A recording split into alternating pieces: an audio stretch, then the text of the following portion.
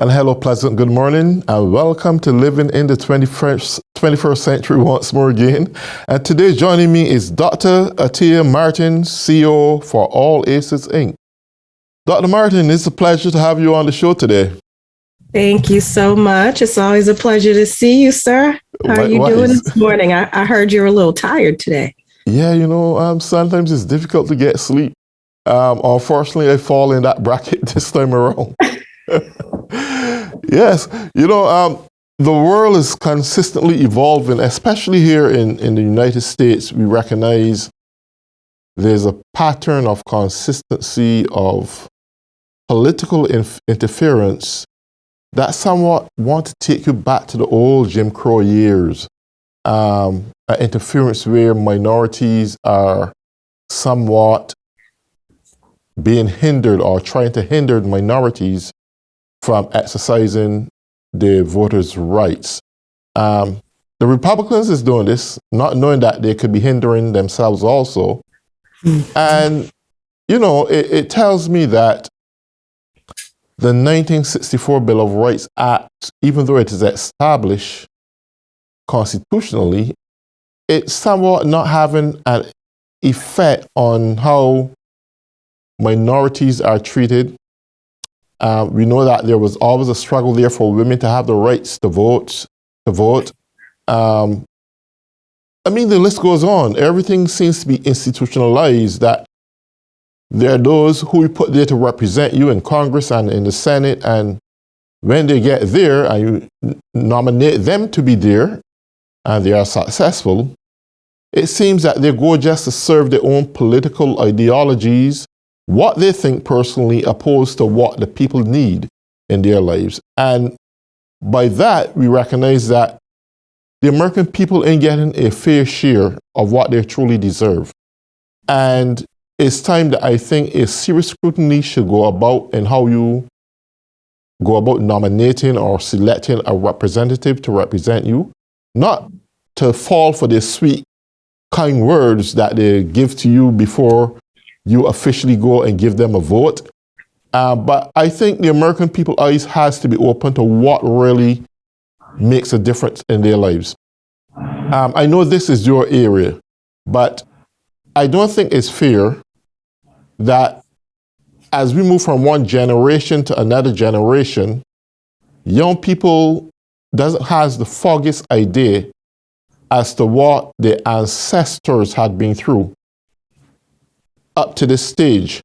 And because there's so much distraction of technology and this thing, and we go get a great education only to recognize that you're not getting enough even to service your educational school loan.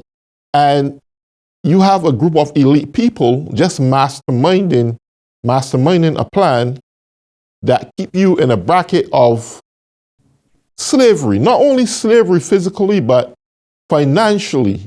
And society is in turmoil, and they're taking it up on each other before understanding what's really going on. Now, I would love to have your input on this. Wow, that was a lot, Mr. Forde. I know it's a lot. Take your time. Well, let me say this. The thing that to remember is how racism works, right? Yes. So racism works in a way where we have a bunch of ideas about who people of color are supposed to be and a bunch of ideas about who white people are supposed to be. And embedded in those ideas is who deserves what, who should have access to certain things and who shouldn't, who's a real American and who's not a real American. And so when we think about, things like voting, rights and things like that, oftentimes what happens is the issues get framed in a way where it's about the other, right? It's about the people who are not real Americans, people who are don't deserve the right to access certain things. And so when you frame an issue that way, it feels like the issue isn't really about you if you're a white person. Right. So the issue of not letting those people vote is a convenient, simple idea, but in reality, there's only one voting system. And so laws that we put in place affect everybody. Exactly. So by restricting certain people's rights to vote, we're actually restricting everyone's right to vote. Mm-hmm. And over time, the impacts begin to be felt, sometimes immediately, sometimes more long term. And when we talk about kind of the lack of understanding of history, it further compounds the problem because many of us, not just kids, but adults, don't understand the history of how we got to where we are today. So the hard fought battles, but also the laws and policies and how they were put in place to explicitly exclude people of color from buying homes, from being able to get Social Security, from being able to get the money from their return on investment or getting their return on investment for their hard work. And so when we look at all of these dynamics with Democrats and Republicans and these laws, and when we send people to elected offices to represent us, all of these ideas are embedded in us, right? And unless we know that we've been exposed to these ideas, then it makes it easier for us to fall into these traps. It makes it easier for someone to be convinced by what seems like a common sense argument. You'll hear that all the time, a common sense argument. Well, the common sense is based on stereotypes about who people are, how they're supposed to be, how they live, what they should or should not be able to do. And when we're put in situations where we then have to make decisions, it's easy for someone to come along and say, oh, and we've seen both Democrats and Republicans do this, to use dog whistles, or in other words, code words that we in our minds associate with certain groups of people in order to get us to take certain positions. So concrete example would be urban, inner city, right? When we say those words, we know who we're talking about. An image comes into the mind. And so these are benefits for those urban people, for inner city people. And therefore, automatically, it's like, well, that's not something that's for me. And so therefore I should vote against that because it's not something that's going to benefit me as a white person, as an upper class person, as a middle class person, because I'm not that. When there's only one set of policies, and as hard as we try to separate the impact of policies on different groups of people, like, yes, it's going to disproportionately negatively impact people of color, and it's going to impact white people too, right? And so that's the illusion that gets created in these moments. So even when there was a reading and writing test to be able to vote, well, if you were a white person who didn't have the right kind of relationships, who didn't have the right connections, you were going to have to take that test too. And you were going to have to pay to vote as well. Right? And so this idea of you can make a policy and only hurt some people, yeah, it'll start out that way. But in the longer term, it's going to be harmful to all of us. I'll give another concrete example. Affordable Care Act versus Obamacare, right? Obamacare was what those people had, and Affordable Care Act was what white people had. Until they realized it was the same thing. And by the time they realized it was too late, they had already taken a position and voted against having access to health care for all of us. Right. So these are the types of games that get played in the political world that plays off of these ideas that we've all been infected with. And in absence of having the critically challenging those ideas and critically challenging what someone is telling us about an issue and not going and looking it up for ourselves, then it's easier for us to fall into these traps and go along with things because we're expected to go along with them because it makes common sense. Yeah. Well, one other thing I want to look at is approximately 5 years ago, Donald Trump ran on the ticket that he wanted to make America great again. Joe Biden, a year ago, approximately. He also mentioned he's here to restore the soul of America. Now, it got me really thinking. In the last election, we saw the only difference that separated Biden from Trump in votes is that I think Biden had approximately 4 million votes more or something like that. Now, we can actually say the nation is equally divided in reality. And we have that portion that embrace Trump theories and concept despite of how rigid and inconsistent in nature. The hatred and the bigotry and everything that negative that comes along with it. When we, as a nation that stands for democracy and reflect democracy throughout the entire world, a nation in whom we were looked up to, when we come to a point where there's an insurrection simply because of a president spewing lies out of his mouth, what does that tell us as a people right now in this 21st century? Are we better off now than then? I mean, where are we at this juncture in our lives as a people? Well, it's funny because I just had this conversation with someone earlier this week, actually, around, is it so much different now than it was before?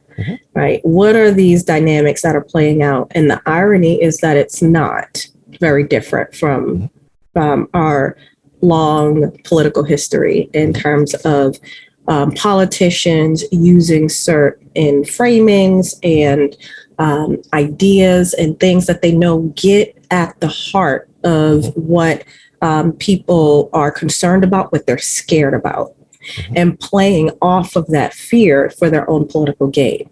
Republicans and Democrats do it. And so when we talk about this whole idea of the rhetoric, the ideas that get spewed, there's a long history of it. And even some recent history going back to the 70s. So folks may be familiar with the Southern Strategy, which was a political strategy devised that was meant to help politicians at this point in the Republican Party to be able to win over the white majority. Right. And the ways that they approached that was to explicitly dig into fear and use the stereotypes about different groups of people in order to stoke that fear and then present themselves as the savior, present themselves as the answer to the fear that they just stoked by how they frame the issues. And so you see that Southern strategy played out not just by Republicans. You also have seen Democrats play off of some of that. Bill Clinton, and Hillary Clinton have made some missteps in terms of how they've referred to Black people, in terms of bringing in legislation that explicitly amplified the mass incarceration that we see in communities. I mean, we've seen that both parties have done harm to communities of color using this type of rhetoric. And so when you think about Donald Trump, he's running old plays. There's nothing new about what he was doing. He knew that there was resentment and fear. He knew that there were a lot of poor working class white people who felt left behind.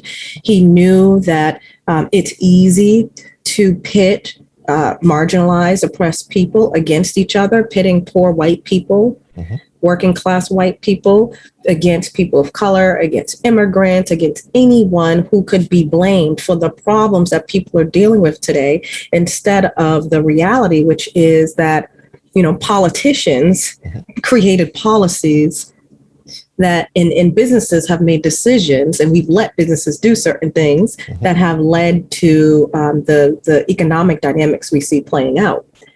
But that's not the conversation that gets presented. Right. It becomes about those marginalized people. And that's how he stoked that type of insurrection. When you tap into fear and anger and frustration, it's a powerful weapon and tool that is oftentimes used. He just very effectively used that tool. Do you see with those said people who, especially those Southern people, I don't want to target any specific region, with some of those Southern folks who are educationally challenged, I want to put it in that way, with their beliefs, and they're so easily to be stoked and to believe that it is what it really is. Do you see that pose an imminent threat to democracy? I mean, considering what just happened just months ago, do you see that our democracy is under attack? And do you see that at some point, maybe who knows, in the next general election, we may see an overthrow of American democracy? Is that something realistic to you right now at this time? Well, let me add context, and then I'm going to directly answer the question. So number one, I want to be clear that although the target of the ideas of the fear, anxiety, and frustration was targeting poor working class white people, a lot of people bought into the idea. Middle class white people, upper class white people, some people of color, right? So there are lots of folks who bought into the ideas that were presented. And so there's a danger for all of us in being exposed constantly to certain ways of framing issues. And if you hear it enough times, the subconscious mind kind of catalogs it as something that could potentially be true and starts to factor it into how we think about issues, how we think about solutions. And so I just wanted to explicitly name that it's not just whether you're educated or not educated. It's the fact that we're human beings, and there are certain arguments that are flawed, but they're in their logical fallacies, but we fall prey to them all the time. And so, and as it relates to, where we are as a country and what does all of this mean, I really think that every democracy is always in danger of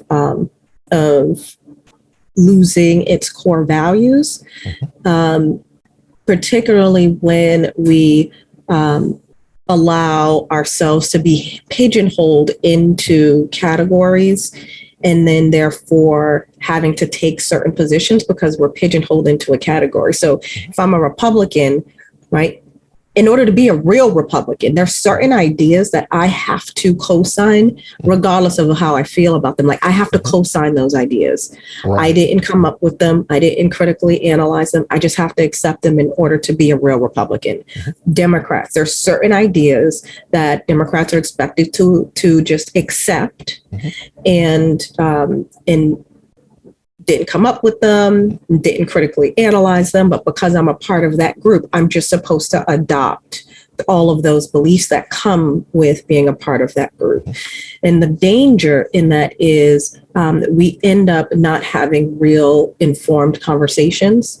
We end up taking positions because those are the talking points and not because we fully understand the implications of what those positions are. We don't fully understand what we're sacrificing in terms of the decisions that those positions might make us take. Who's going to get harmed in the process? Who's going to benefit? And most of the time, it's not the majority of Americans who benefit from a lot of these approaches, ideas, positions. So are we in danger? I don't think like tomorrow. Right. But I do think that, democracy is resilient when we're committed to the principles and values of it. And in many ways, there are some positions that I've heard people take on as Republicans and as Democrats that are fundamentally not about working through the issues to figure out how we come up with the best solutions or approaches to the real complex challenges that we're facing as a society.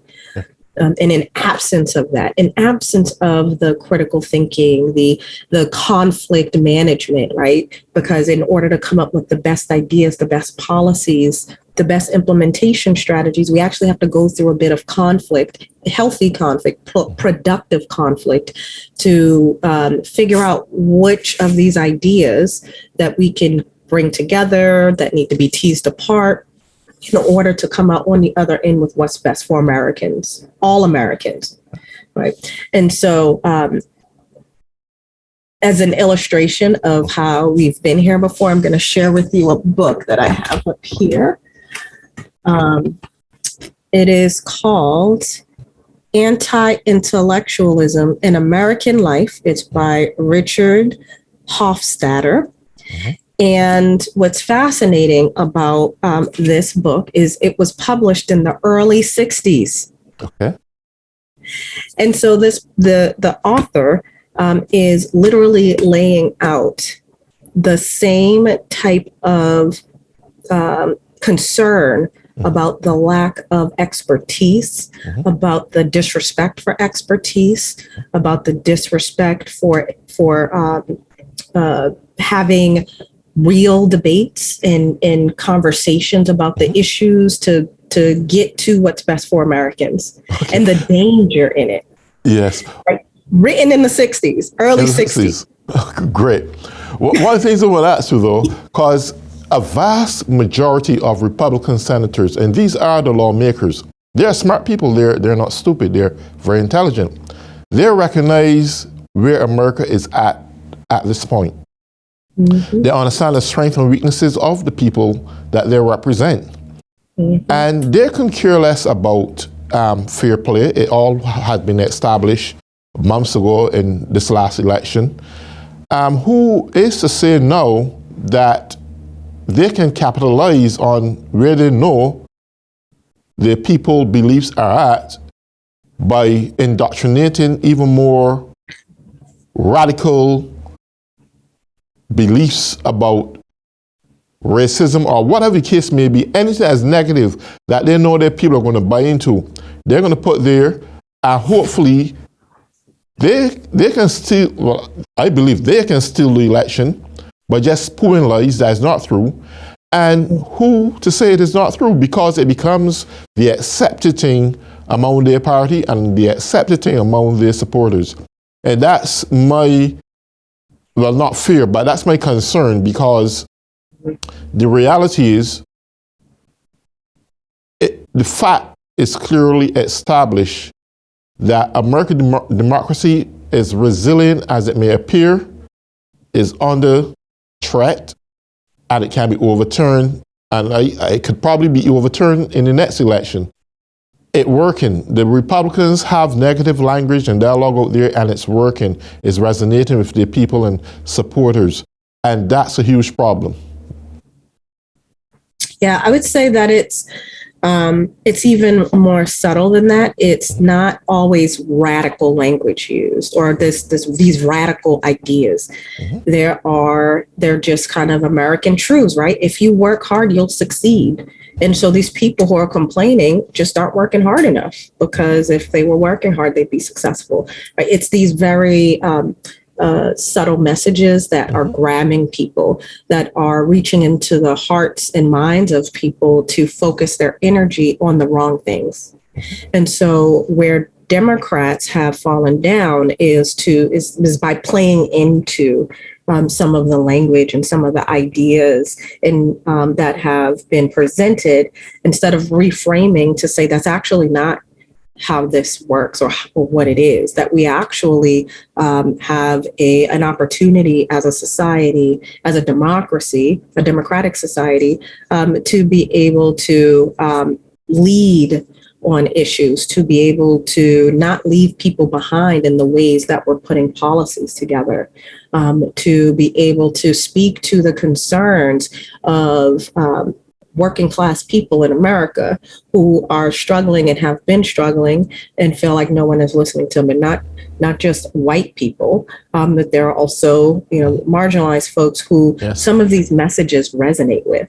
Yes. And so for this idea of the danger of Republicans, it's deeper. It's the danger of not having straightforward, direct language that addresses the concerns of real people in America. We're talking about things that are irrelevant to daily people, right? We have to be able to say this particular policy will help all of us because it will deal with this issue that everyone is struggling with.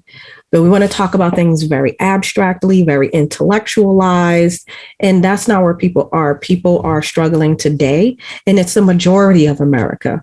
The majority of America is working class, working poor. We've seen a significant shrinking of the American middle class, regardless of how it gets measured. It's shrinking.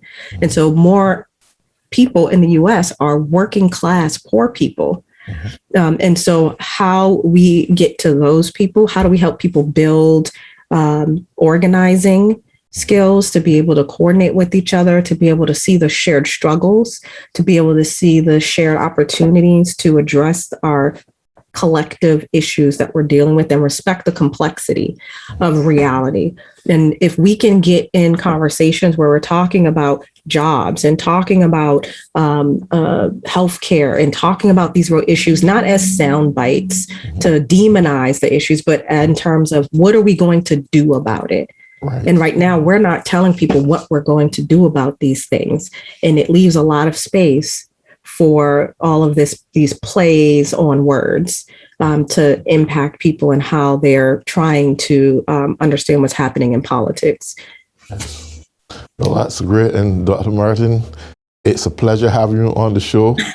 And there's so much issues you just point out there in terms of job and how to overcome and be successful, is that I hope sometime we can get back here and go into that area, because I think people need to be empowered despite of how low income we may be at this juncture, and how we can be more productive in society and still live a prosperous and successful life. But until then, Dr. Martin, it's a pleasure having you on, and I hope we meet again soon, and take good care of yourself. Thank you, Mr. Forde. It's always a pleasure. Thank you. And for all those who have been tuning in, I want to say thank you for tuning in once more on Living in the 21st Century.